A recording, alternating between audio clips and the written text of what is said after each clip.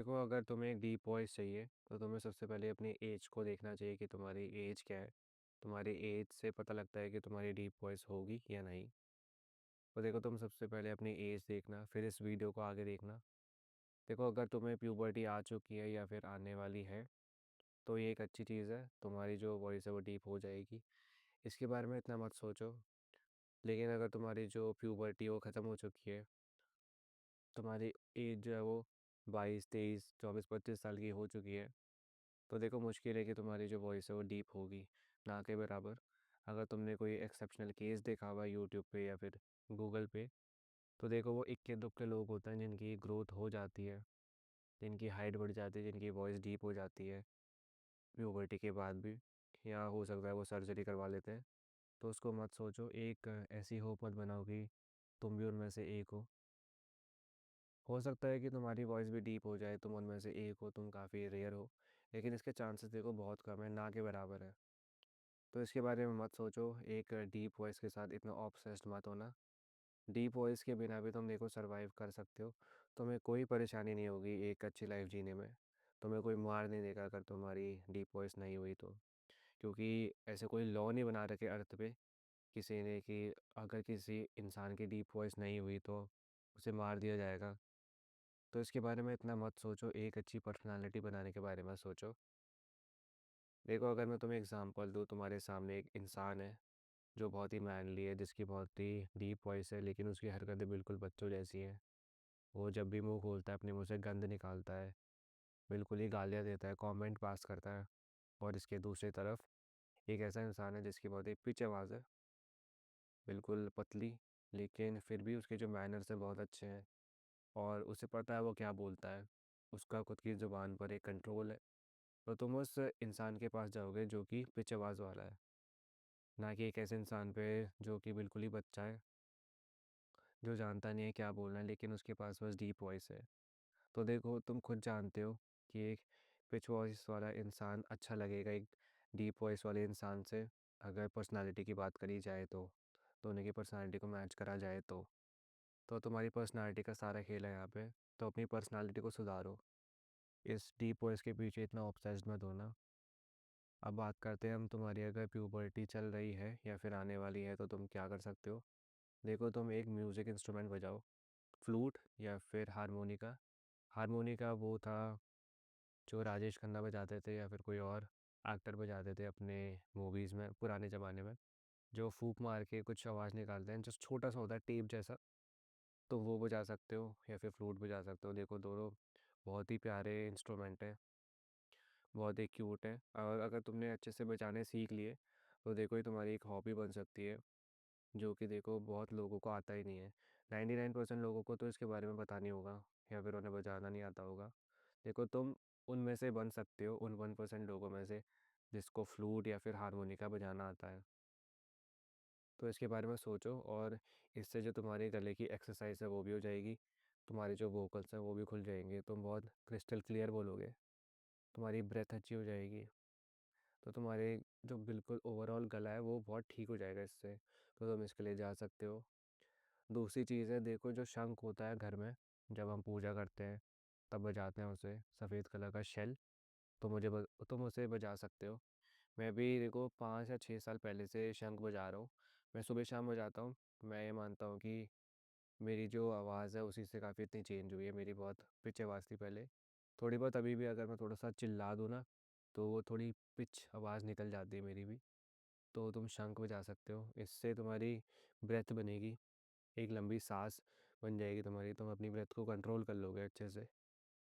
और देखो, इससे तुम्हारी वॉइस भी बहुत क्लियर हो जाती है। तुम्हें बस शंख को बहुत लंबे टाइम के लिए बजाते हुए रखना है, मतलब एक ही सांस में। और ये तुम सुबह या शाम करो, देखो बीच में मत बजाना, क्योंकि जो तुम्हारे आसपास के लोग होंगे रहने वाले, फिर वो डर सकते हैं तुमसे, तो इसको अवॉइड करना। बस एक टाइम सुबह या फिर एक टाइम शाम में, या फिर सुबह शाम, कभी भी। इसके बाद देखो, बात आती है हमारी धीरे धीरे बोलने की।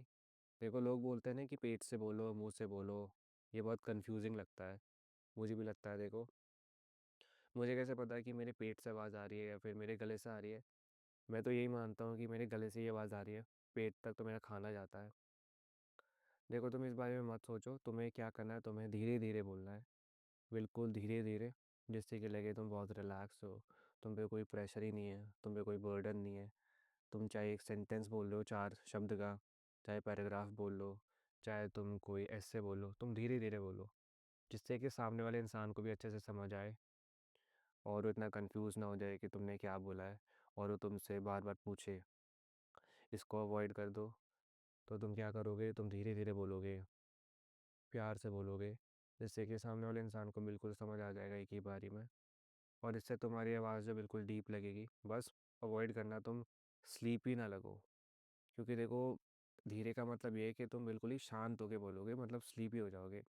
ऐसा नहीं, देखो रिलैक्स होके बोलना। जैसे तुम्हें शब्द बोलना है कुछ, जैसे कि मानो आई एम गुड, तुम इसे कैसे बोलोगे धीरे होके, आई एम गुड या फिर आई एम गुड। देखो दोनों में कितना डिफरेंस था, मैंने एक में तेज़ बोला, एक में थोड़ा धीरे बोला। तुम इससे सीखो और करते जाओ। इसके बाद देखो बारी आती है गार्गल करने की, गरारे करने की। देखो तुम गरारे करो जिससे कि तुम्हारा जो गला और साफ़ हो जाए। जैसे कि मैं कर रहा हूँ अभी, जैसे मेरे गले में थोड़ा सा कफ हो रखा है, तो वैसा कफ तुम्हारे गले में कभी होगा नहीं अगर तुम रोज़ गार्गल करोगे। साफ़ रहेगी आवाज़, बिल्कुल क्रिस्टल क्लियर फिर से, कोई डस्ट नहीं बैठेगी, कोई इन्फेक्शन नहीं होगा। तुम्हारे गले की जो हेल्थ होती है ओवरऑल वो ठीक हो जाएगी इससे। तो तुम गार्गल भी करो। इसके बाद देखो तुम जो ओम वर्ड होता है, जो तुम लिखते भी होगे अपनी कॉपी में एग्जामिनेशन से पहले, उस वर्ड का तुम प्रोनाउंसिएशन करो। कैसे करोगे, देखो ओम को तुम बिल्कुल ही स्ट्रेच करो, जैसे ओम को करते हुए जाओ, अपने मुंह को बंद करना, ओ करना, फिर करना, जैसे कि लिप्स बंद, को स्ट्रेच करना। तो इसे करते रहना तुम 2 से 5 मिनट करते जाओ, देखना कि तुम्हारी वॉइस कितनी डीप हो जाती है। इन सभी चीज़ों को करोगे, देखो उतने ही अच्छे रिजल्ट तुम्हें मिलेंगे, जितने कंसिस्टेंटली तुम इसे फॉलो करोगे। बाकी बहुत इजी में देखो तुम कर सकते हो। तुम एक फ्लूट में इन्वेस्ट कर सकते हो। हारमोनी का थोड़ा सा महंगा होता है, 250 रुपये तक का आता है।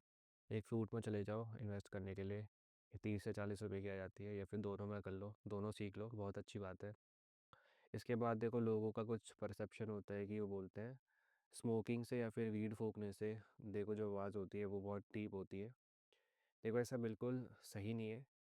हो सकता है देखो किसी को लगता हो, किसी की हो गई हो स्मोक करने से, लेकिन उसके फेफड़े भी उतने ही फूक जाते हैं स्मोकिंग से। तो जहाँ तुम एक डीप वॉइस बना रहे होगे स्मोकिंग से, उसकी दूसरी तरफ जो जो तुम्हारे लंग्स होंगे वो सैक्रिफाइस हो रहे होंगे। तो इससे अच्छा है कि तुम स्मोकिंग या वीड ना ट्राई करो। और जो पाम ऑयल है, डालडा है, इन सारी चीज़ों को रोको। इससे भी तुम्हारा गला जो है थोड़ा सा ख़राब हो सकता है। अपने फूड को देखना कि तुम क्या कंज्यूम करते हो। बस ये थोड़ी सी चीज़ें थी जिन्हें तुम्हें अवॉइड करना है, जो कि एक बैड हैबिट भी होती है, जो तुम्हें करनी ही नहीं चाहिए एज ए मैन। तो इन चीज़ों को मत करना, जो मैंने चीज़ें बताई तुम्हें ऊपर, वो कर लेना। और ओवर टाइम देखना कि तुम्हें कितने अच्छे रिजल्ट्स मिलते हैं। चलो इस वीडियो के लिए इतना ही। खुद को एक थैंक यू बोलना, अपनी सेल्फ अवेयरनेस की वजह से तुम्हें ये पता लग गया। That's it for the video, bye.